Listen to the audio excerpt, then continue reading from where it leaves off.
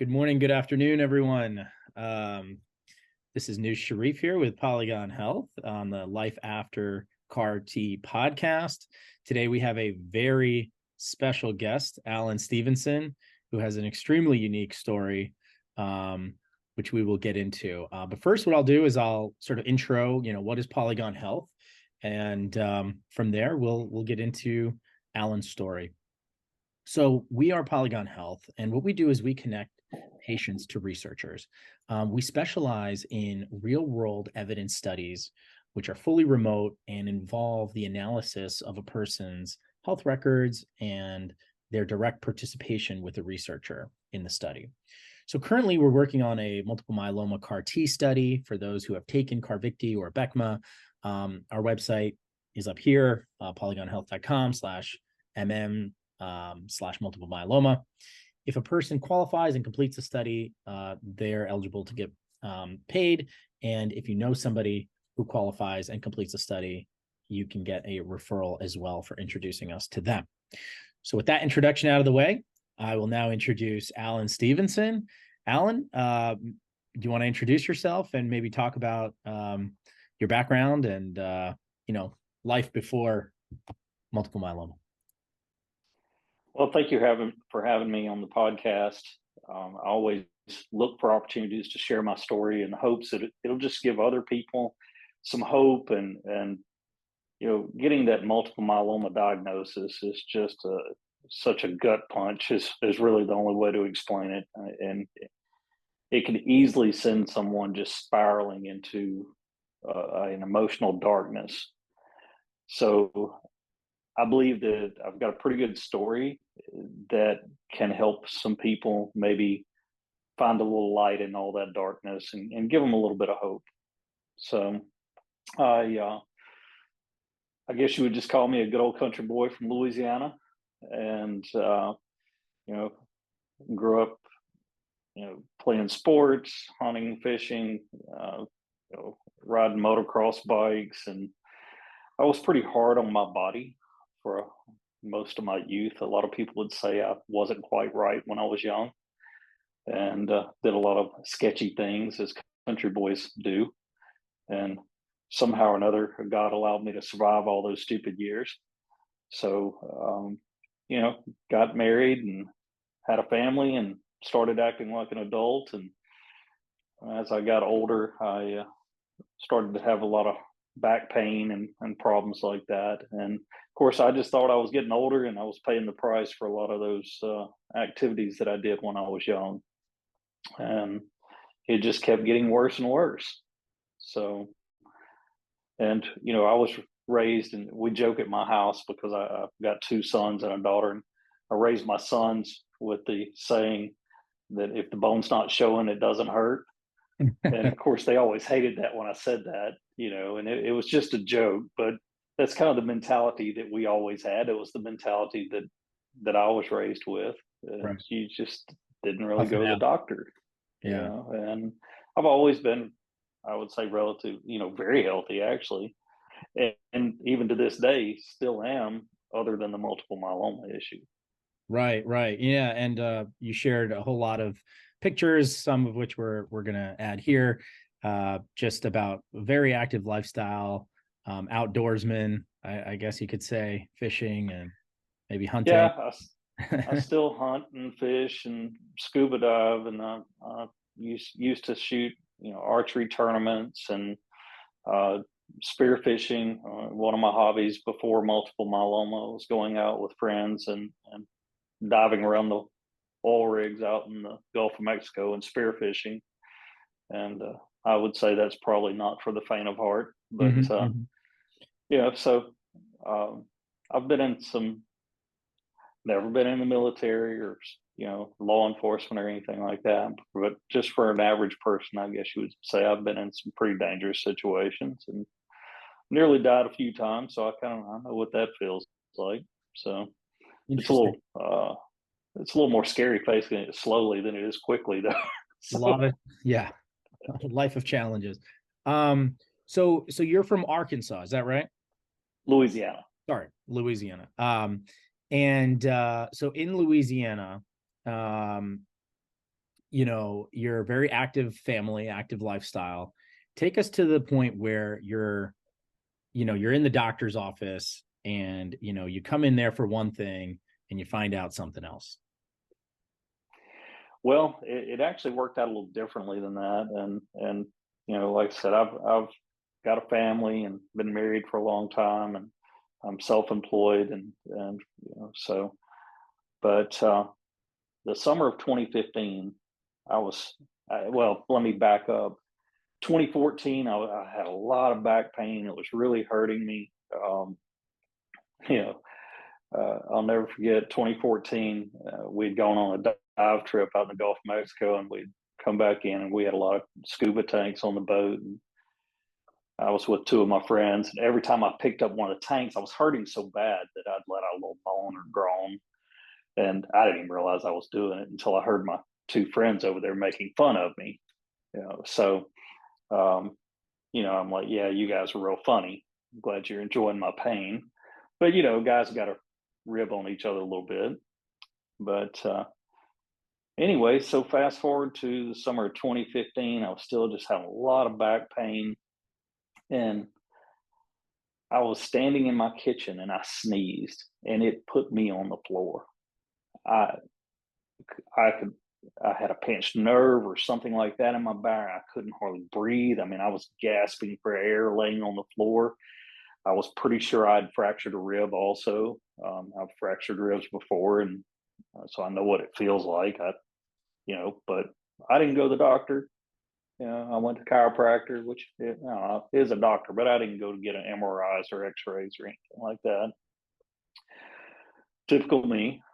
And I would get a little better, and then I would sneeze or cough or move a certain way, and then I'd re-injure my ribs or I'd re-injure my back, and I was just in agony all the time, going to the chiropractor constantly.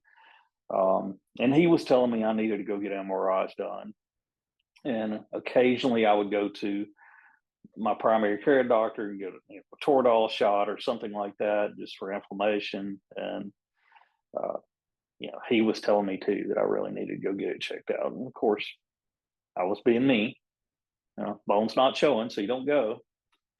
And in December of 2015, I told my wife, I said, I cannot keep living like this. It's impacting my quality of life. I can't go do the things I enjoy. And I got a back surgery coming. Well, I kept putting it off, kept putting off going to the doctor. And I also kept getting sick every few months. I get chest congestion, fever, just really bad cough, and I have a hard time shaking it. And I just didn't put two and two together. And March 30th of 2016, I was sick again. I was sleeping in our upstairs bedroom, so I didn't get my family. I was self-imposed quarantine, I guess you would call it. Didn't want to get the rest of my family sick. And I decided to take a shower, and I got in the shower. I was actually getting ready to go to work. And anyway, the steam made me start coughing. And every time I coughed, I can't even tell you how bad the pain was. There's no way to describe it. And I got on my hands and knees in the shower while I was coughing, and just before my L5 vertebra actually collapsed. So that was the start of it all. And of course, I didn't go to the doctor. I eventually got up off the floor of the shower, and I was able to turn the water off. It took a while. I was able to stand up. I dried off. I honestly don't even remember how I got out of the shower. I got dressed. I do remember crawling down the stairs, and I couldn't pick my feet up, so I was shuffling like I'd had a stroke.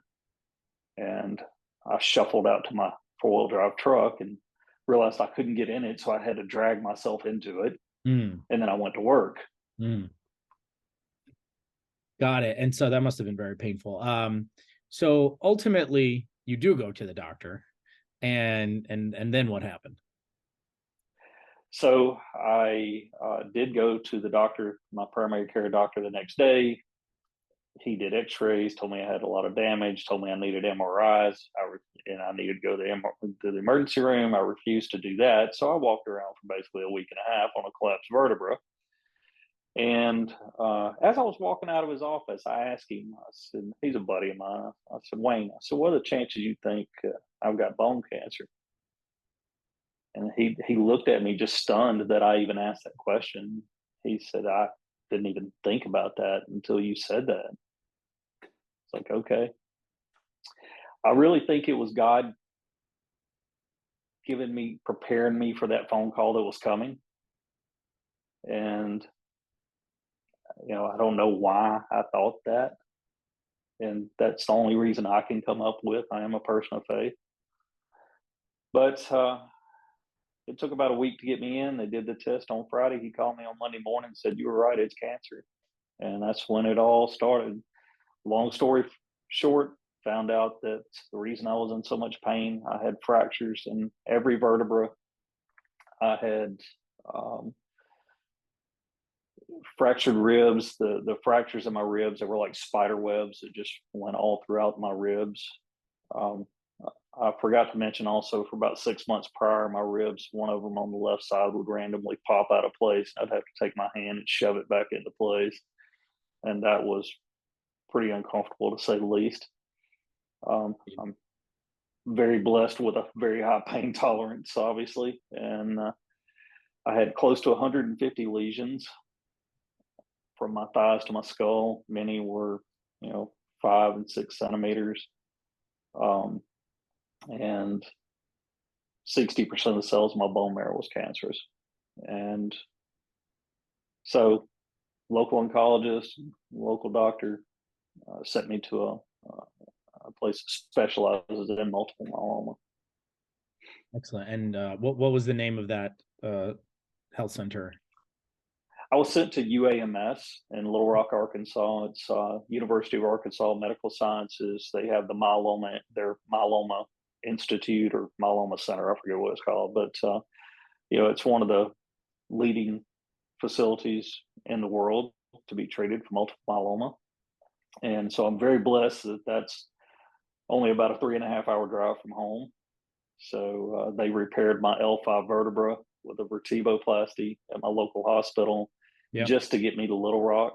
Yep. And once I got there, I was supposed to do 3 kyphoplasty because my vertebra fractured so bad between my shoulder blades that when I would take a breath, I could actually feel them moving, and my ribs were moving around. So Allan, maybe you can talk about the connectivity that you had as somebody that lived away from one of these leading cancer centers and getting connected to a specialist at a cancer center, and sort of the importance of that for people that don't live, in a metropolitan area. How important is that? It's just incredibly important. Since all this has happened, I've gotten very involved in the multiple myeloma community. You and I met through a Facebook group that I established and helped run, called Multiple Myeloma Warriors. And I also help run another Facebook group, pro-drug, called Darzalex. And, I talk to people from all over the world. And one of the things that I find the most common is that those that go to specialists do a lot better than those that just go to a local oncologist. I find it shocking, honestly, that I'll give you an example. It's funny, the chiropractor I mentioned a little while ago, earlier this year, his secretary was diagnosed with smoldering myeloma. And she was going to a local oncologist, and he actually got upset with her that she wanted to go to UAMS, that specializes in multiple myeloma. He said he could do everything for her that they could do. And I'll tell you that he doesn't even know enough to know what he doesn't know. It is the most important thing, I would believe. That's my belief in being treated for multiple myeloma, because it is such a small percentage of cancer diagnosis. they'll see a place like there, and there are others around the country, so they're not the only ones. But I'm preferential because I feel like they help save my life. So, but I've met through my involvement in the multiple myeloma community, I've met doctors and medical professionals from all over the country, and there's some wonderful specialists out there in other places too. But at the end of the day, this guy, I don't know if it's arrogance or ignorance or what it is, but he's not qualified to treat multiple myeloma because I think the stats I've seen are like 1% to 2% of all cancer diagnosis. They'll see more people in a week than he's with it than he's probably seen in his lifetime. Right. Right. So it's incredibly important. And I know it's so difficult. And I'll tell you, Noose, that was the fear of the unknown is worse to me than the cancer itself or even the treatments, just not even knowing. When we went there for testing, and I'm an idiot because whenever they called me, I had been in the hospital for a week, and there was some other complications. I had some complications due to some pain meds and stuff, and I didn't even know where I was the first few days. And in roughly a week and a half, I had lost 18 pounds. So I was not in the right frame of mind to be talking to anyone on the telephone. And they called and said, "When can you be here?" And I was like, "Well, I'm self-employed. I can come anytime." This was on a Thursday or Friday. They were like, "Well, if you come on Monday, you can come on Monday if you want." And I'm like, "Yeah, sure, why not?" I hang up the phone and I tell my wife, I was like, "Yeah, we're going to be there Monday." And she's like, "Okay, are we going for testing? How long are we going to be?" I'm like, "I don't know. I didn't ask." Yeah. So I was not in the right frame of mind. But, when we went there, we didn't know if we were going to be there for a few hours, a few days, a few months. We didn't know where we were going to stay. We didn't know what the process was. And that's why I do these podcasts and I do YouTube interviews and I help run these Facebook groups because I don't want people to have that fear. Absolutely. You pay it forward in the biggest way I've seen with all your activism online and the patient stories that you give. I think it's really impacting a lot of people, and people take a lot of inspiration from your story. So maybe, okay, so you get connected to UAMS, and let's talk about the medications that they put you on. What was the regimen? I mean, yours is a very special story because basically, as I understand it, things went according to plan. So maybe you can talk to us about the plan, and we can understand the med stack that they really put you on. Okay, so and I will say that as we were discussing, I've talked to people or chat with people from all over the world, and UAMS seems to treat a little differently than most places. I know there are others that treat like they do, but they are more aggressive than many places. And this is my perception. I don't know if this is accurate or not, but to me, it seems like some places just try to treat to manage the disease. And a place like UAMS that's more aggressive is attacking the disease and trying to cure it. Now, I know they call it an incurable disease, but that's the attitude that they seem to have. And I know there's other places to do that too, but to give you an example, most people I talk to, they're put on the standard Revlimid, Velcade, Dex treatment. They'll take 4 to 6 rounds of that. And so you're looking 4 or 6 months, something of that nature. Then after their cancer's gotten a little bit more under control, then they'll maybe talk about stem cell transplants and things like that. With UAMS, I did something called VDT PACE. The VDT is Velcade, Dex, and thalidomide instead of Revlimid. And the PACE, I have no idea what that stands for. I think I may have sent you a little screenshot on that and what those drugs are. But I had a little satchel, I called it my ammo bag, that I wore on my shoulder. It had bags of medications or poison, if you want to call it that. Um, and it was pumping into a central line that was in my carotid artery 24 hours a day for 4 days straight. I slept with that bag. I walked around with that bag. I ate with that bag. So my ammo bag went with me everywhere. And I will tell you that they gave me so much Dex, which is a steroid, that the first time I didn't know how to keep this fluid off of me, but they kept checking me to see if I was retaining fluid. And they were really surprised the first few days. I wasn't retaining any fluid. I hadn't gained any weight. And overnight, I gained 16 pounds. And I looked like a freak of nature, to say the least. When you take a picture of it, of like your legs swollen where your socks have the indentation, and you show it to a nurse and they start calling other nurses over, that's not a good sign. So, but anyway, so, and all that water weight came off in 2 days also. I had to set an alarm for every hour of the day to get up so I could go to the bathroom, which, with all the broken bones, was also another issue. Every time I went to get out of a chair or get out of the bed or even roll over in the bed, if I didn't have my ribs taped up, I had to hold them steady or they would move around, and it was uncomfortable.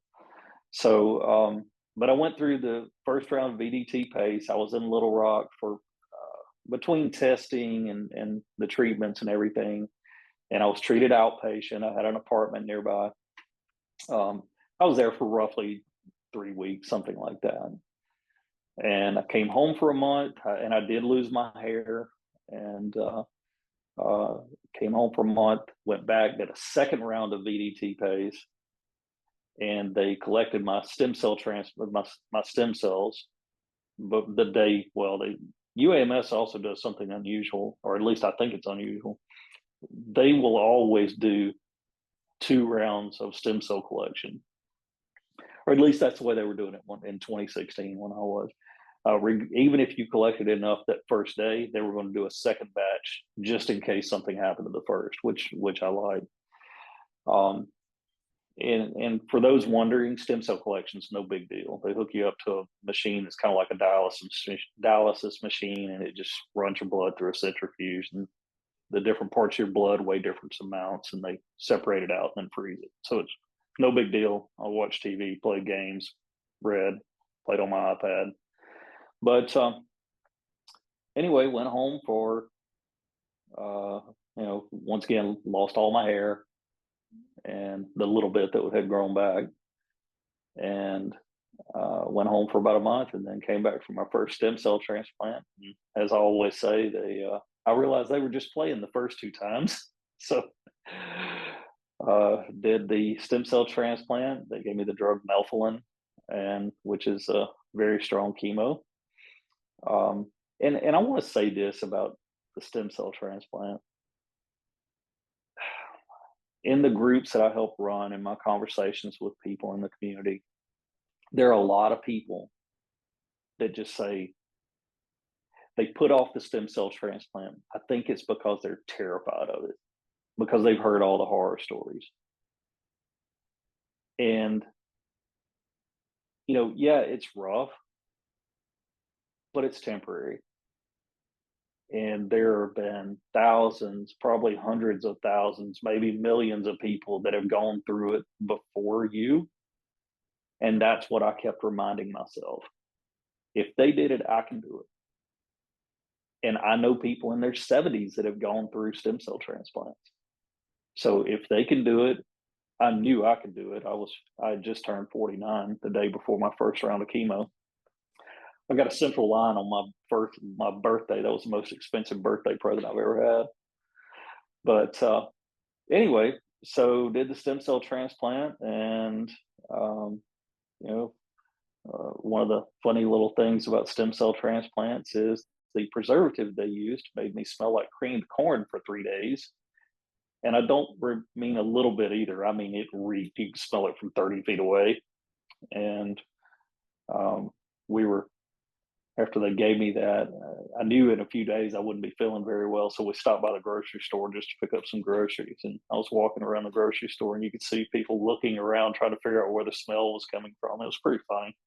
After, with stem cell treatment, once you get the chemo, it takes a few days for you to start heading downhill, I guess you would call it. And, it progresses pretty rapidly, but lost all my hair and even my eyebrows. And so a funny little story is and of course, my hair was falling out still, and I was completely bald. My beard had fallen out. My eyebrows, I can't remember if it was the first or the second stem cell transplant. My eyebrows even fell out. But and I sent you some pretty funny pictures, I think, or at least I think they're funny. But my mustache was just like it is right now. And I woke up one morning and I decided to go take a shower. And, I look in the mirror and my eyes are just bloodshot red. I mean, I just look like a ghost. I get in the shower, and when I get out of the shower, I'm drying off, and I look up in the mirror, and the left side of my mustache is gone. Just the left side. I'm sitting here pulling on it, and I'm scrubbing on it with the towel, and it won't come out. So I thought it was funny, and I took a picture of it and put it on Facebook, and I walked around the house like that for 3 days. My wife finally said it was getting a little weird, so I had to shave it off. But what are you gonna do, right? You got to laugh about all this stuff. Absolutely. Because I'm not a pretty bald man, as you'll see at the in the pictures that I sent you.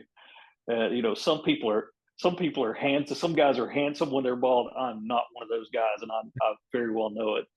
But anyway, so I was at home for about 2 months to recover. I did have a pretty tough time during that time. I got C. diff twice. I got the flu twice.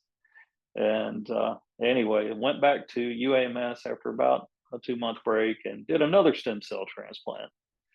So we started it all over again. In some ways, that one was easier just because I knew what to expect. And that kind of goes back to what I said earlier about the fear of the unknown. And you hear all these horror stories. And look, the chemo was not fun in any of this stuff. And I went through some pretty hard treatments. I know people that have been through worse. But honestly, none of it was as bad as I really expected it to be, because they took such good care of me. And they have, but the big thing is, always, and I tell people this all the time, always tell the doctors and the nurses are the ones you talk to all the time. Tell them everything. I suffered with C. diff for almost a week because I didn't bother to let them know that I was having these issues. And I posted something about it late one night on Facebook, being sick. And one of my medical team and I were friends on Facebook, and she called me at 11 o'clock at night and said, "What's going on?" And I told her, and she's like, "Oh, honey, you got C. diff. I'll have you some medicine." Called in by 8 in the morning. So just look, and I have had all this hard headedness beaten out of me. Now, if I get a hangnail, I go to the doctor. Okay. And you got to set aside all that pride, and Yep. you don't want to talk about your body functions with people. Do it, because you are going to suffer, and the people that are trying to help you and take care of you, they're going to suffer also. Of So course. anyway, And your team can't fix what they don't know. So exactly, how are you going to solve anything if you don't even know that there's a problem? That's right. I'm sitting here just trying to suck it up, tough it out, like I've always done my whole life, and all I was doing is just making it harder on me and everyone around me.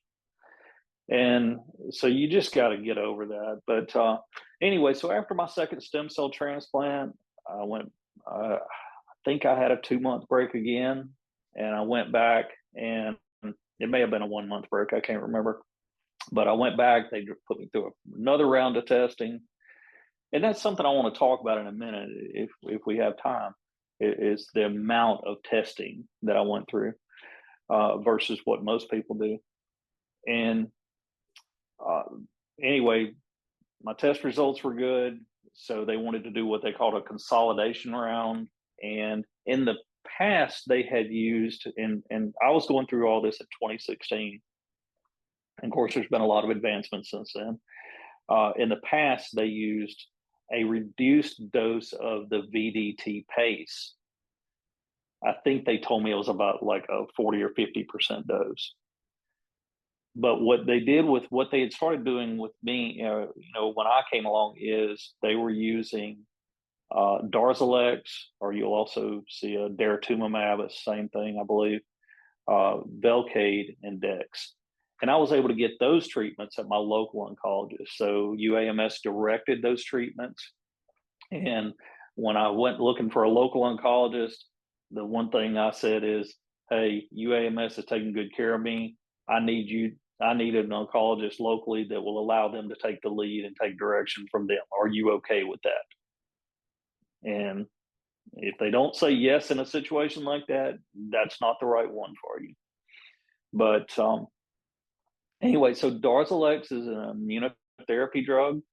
And, it's like I've told you, I'm kind of a big picture guy. So that's about all I can tell you about it. But the side effects from Darzalex, most people really don't have that many side effects from it, from everything I've been able to tell. And like I said, I do help run a Darzalex page.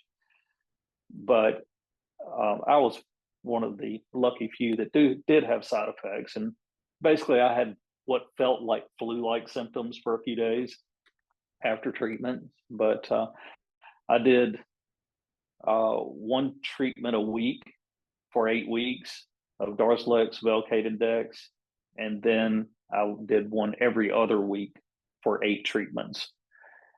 Then they told me I was in remission, and they gave me a little bit of a break, about a month break, and they started me on maintenance treatments. My maintenance treatments in the beginning were the Revlimid, Revlimid, and then Ninlaro and Dex, which Ninlaro is basically a pill form of Velcade. I mean, there are some differences, but it's made by the same company. And I was on that for about 6 months, but my white count wouldn't get over, say, 2 or so. My body was just having a really hard time recovering. So they changed me off of that and put me back on just Darzalex and Dex without any other medications. And I was on that for roughly 2.5 years. My last treatment of any kind was in April of 2020. And we're talking right now, it's October of 23. Wow. So I've gone a long time without any treatments. I am still minimum residual disease negative, MRD negative, as they call it. Yep. Could not have gone any better. Right. And it basically all went according to plan. So they had told me from day one, we're going to put you through 2 rounds of VDT phase. We're going to do 2 stem cell transplants, and from what I see, most places don't do tandem stem cell transplants. Right. From all I know, they still do that pretty commonly. Mm-hmm. Not always. At the time when they did mine, my specialist told me that their research had shown that, the chances of long-term deep remission were better with tandem stem cell transplants. And they said that they had tested from no maintenance all the way out to 5 years, and 3 years was roughly the sweet spot. Now, all that changes over time, and I know that may be old information. I mean, it is old information, so I don't know if you know how it is with research. I mean, right? How much that holds true today versus a few years ago. Yeah, and everybody's got their own take on it. Right. I know a lot of places they just don't believe in doing tandem. Some don't believe in doing stem cell transplants at all, and I do know people that have been in long-term remission that never went through a stem cell transplant. Yeah, and I think that's why your personal story is so profound, because this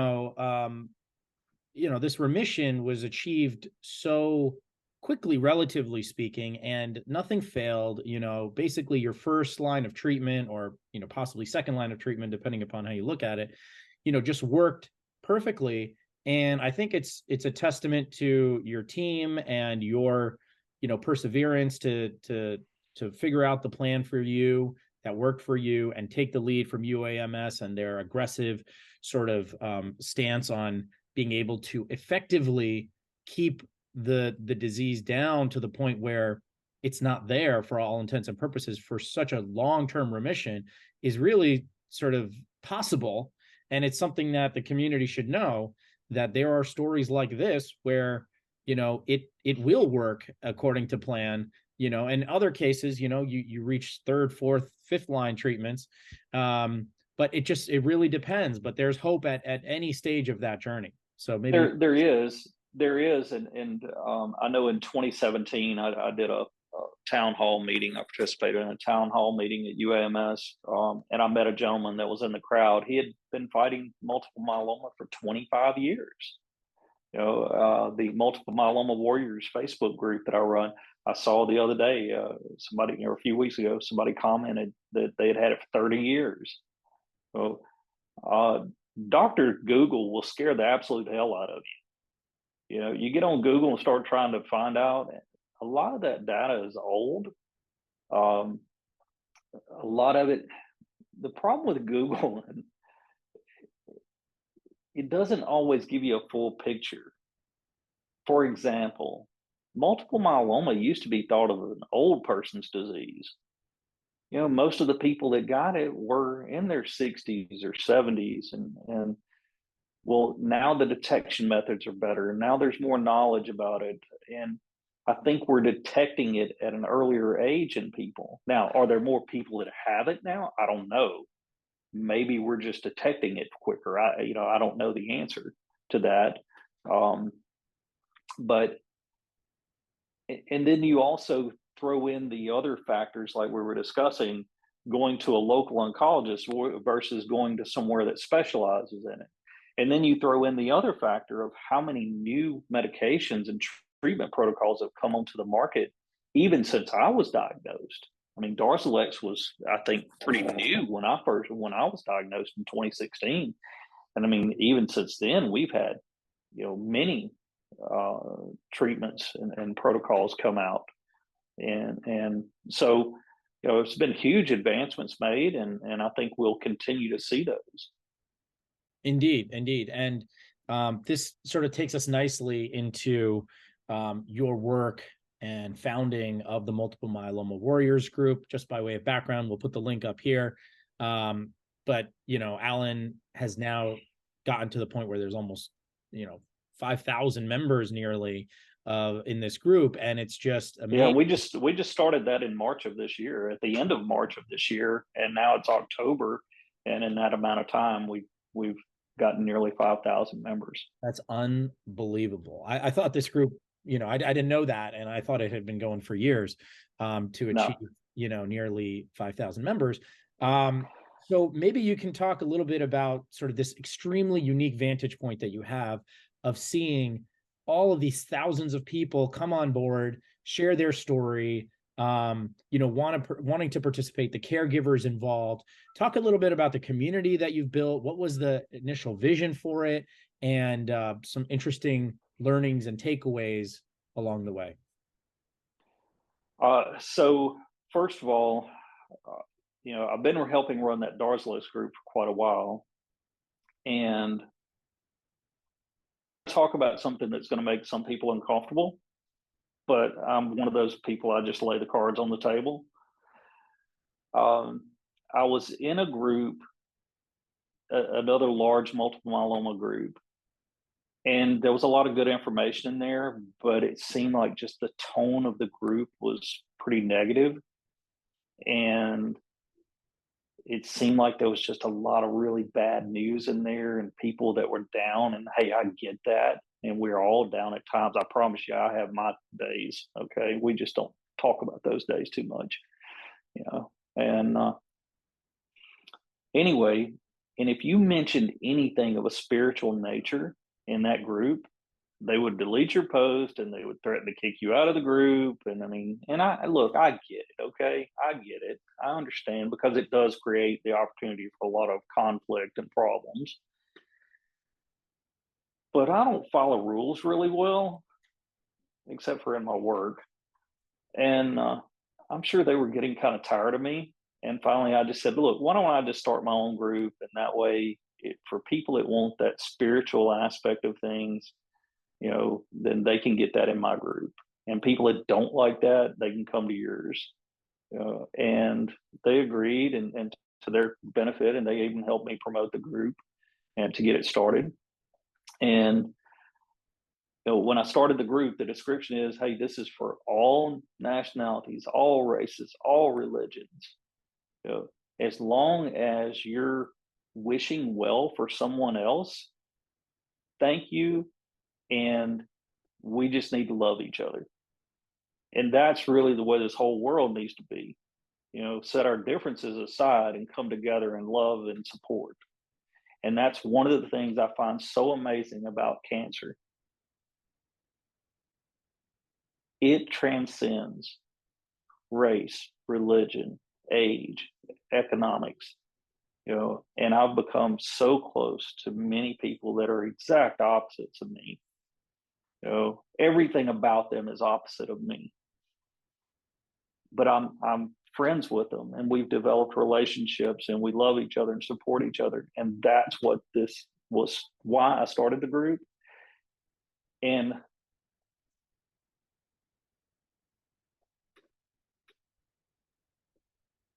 Take a moment. so I get some of the most kind messages from people and comments from people just talking about what a difference it's made in their lives. And one of the guys that helps run that group, he did something brilliant. It's probably set the tone for the group, really. He called it Forget Multiple Myeloma Friday. And from day one with the group, I wanted us to have, it was my hope. I mean, what I want really doesn't matter, but I mean, it was my hope that we could uplift people, give people hope, that they could see good coming out of bad situations, and encourage people to get out and live. One of the things that I noticed in that other group was people were just hunkering down. They were scared of getting sick, and they were just hunkering down. And even during COVID, I just said, I'm not going to quit living to stay alive. That's just not me. Why do it? I mean, if I'm not going to live while I'm staying alive, what's the point? I'm going to go out and be with my kids and my grandkids and my friends, and I'm going to go do the activities that I enjoy. Even when I was going through all my transplants and stuff, I was going out and shooting archery tournaments and stuff, believe it or not. I couldn't shoot any of my bows. I had to shoot my daughters, And so, and if I couldn't walk far, I'd walk a little ways, just try to do something. And I had this attitude of just one more. If I shot 10 arrows, I'll never forget the first day I shot the bow after all this started and everything, and I mean, I shot my compound bow all the time. And even though I'm an older guy, I shot so much, I could do things that even young, physically fit guys couldn't do. And when I came back, and I mean, I couldn't even move the string on my bow. So I get my daughters, and I shot 10 arrows and felt like I was going to pass out. But the next day I shot 11, and the next day I shot 12. And when I got up to 20, I turned the resistance up on it, the poundage, as we call it, up a little bit. And I started all over and worked up to 20. And every time I crank it up a little bit more, and that's what it takes. People have asked, how did you recover so well? And I'll tell you, for a long time, I had so much damage to my body that, I mean, I couldn't stay on my feet for more than 10 or 15 minutes at a time because my feet would go completely numb. And I was just in agony all the time. And I walked, with a horrible limp. I looked like I belonged on an old Western or something. And, I did a lot of physical therapy. I did a lot of things I did not feel like doing. And that's why today, if you saw me, you would never know that I'd been sick. You'd never know that my back's been broken, that I had all these broken bones all over my body. But that's the story I'm trying to get out to people is live life. Don't live in fear. Know that there's hope, that this is not a death sentence necessarily, and that there are people that have been living with this for decades. And your attitude matters. And like I said, I have my bad days too. I have my days where it's just because I mean my back hurts all the time. There's never a day when my back doesn't hurt. But I still, weekend before last, I went camping with my 7-year-old grandson who slept in a tent on an air mattress, and we were actually went to a state park in Arkansas that allows you to dig for diamonds. So we were out digging in dirt, and and I paid for it for a week, but I did it, and I built memories with my grandson. I mean, I think So that's powerful.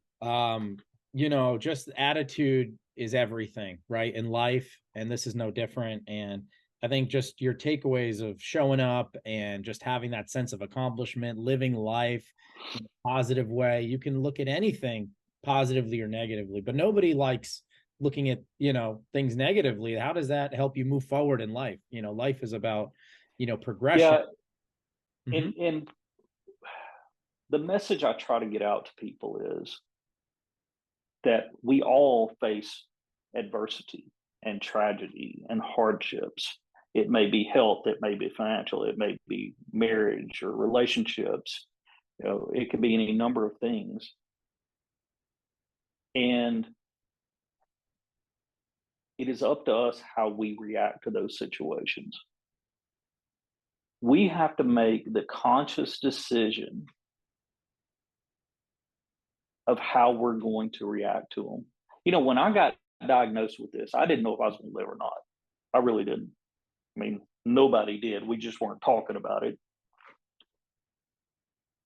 But the thought went through my head of how if my time is up, or even if it's not, and I live another 30 or 40 years, how do I want my family to remember me? What is my legacy going to be? Are they going to remember a guy that felt sorry for himself?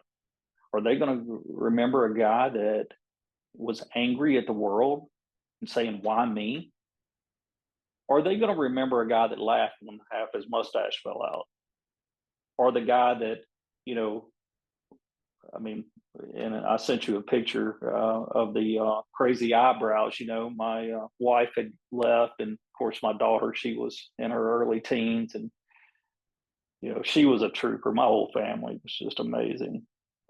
And anyway, but so I was trying to entertain her, and I said, I don't have any eyebrows. Here's a dry erase marker. Make me some. And I did verify it was a dry erase marker before I handed it to her.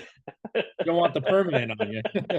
Yeah, I wasn't that sold out on that whole project. So, no, I think, yeah, go ahead. I was just going to say, the way I describe it is when you go through something like this, it's like you're surrounded in darkness. You have to make that conscious decision to look for something good. You have to look for that little speck of light in all the darkness and hang on to it like a lifeline. And when you focus on the good and that light, it makes the darkness seem not quite so dark, and it changes your attitude. And that's the message that people need to hear. Couldn't have said it any better myself. In fact, I don't want to add to that because that is a great place to complete our discussion. Allan, thank you so much. The legacy that you are building and leaving and the impact that you're having is really profound. So we've had many talks, and just the work that you've done and built up in a relatively short amount of time, and just where this is going is just helping so many people. So thank you for every piece of your work that you do, this interview included. The community, the multiple myeloma community, cannot thank you enough. So I just want to leave that. How can people contact you, Allan, and reach out to you? Well, the best way is to join the Multiple Myeloma Warriors Facebook group, and I message, with people in that group all the time. We're very active in that group. There's a great community there to support you and love you, and one of the unique things we've done in that group is, and I actually had this idea years ago with a car group I helped run, and when I started the myeloma group, I thought, boy, this idea would work great, but I never could figure out how to do it. I wanted to do an interactive map where people could pin their location, just pin their city. And that way, the idea is you look on that map, you find somebody else that lives in your town or nearby, and you can connect together to a fellowship, maybe start a support group. And the other side is that, from talking to my medical team over the years, they feel like there are some hot spots of multiple myeloma around the country. I'm hoping that maybe some point with this map, we can actually identify that. And I never could figure out how to pull it off. And I finally found this company that had the perfect technology to do it, but their free version wouldn't work. And I just talked to them. We had several weeks of conversations. They finally just gave it to us for free. And it's a company called Z Maps, ZEE Maps. And they were kind enough to give us this interactive map. And so that's something kind of unique about the group. And people just go in and just pin their location, and it's global. So I'm glad to see that building. And, so I would say just that's probably the best way. And people will learn a lot. We're trying to get more and more resources available in That's that group. fantastic. Yeah, and it's a very engaging group. I'm a part of several multiple myeloma groups, and I would say this is probably the most uplifting, engaging group. That's probably why it's grown so quickly in a matter of months, just adding thousands and thousands of users, because it's just extremely active, and that Allan does a great job with careful and thoughtful moderation, and just keeping it fun. So Well, and I've got to say that I don't do that by myself. I've got a team of moderators that, honestly, the last few weeks, I've actually got multiple businesses, and that's something we really didn't talk about. I do work, and I've even started some other businesses with my sons, and since the myeloma diagnosis, and so like I said, life goes on. Take the village. Absolutely. All right. Well, thank you for everything, Allan. And people can reach out to you through the group and through Facebook. Thank you for your time, and appreciate everything you're doing. Thank you for hearing my story. Have a good one.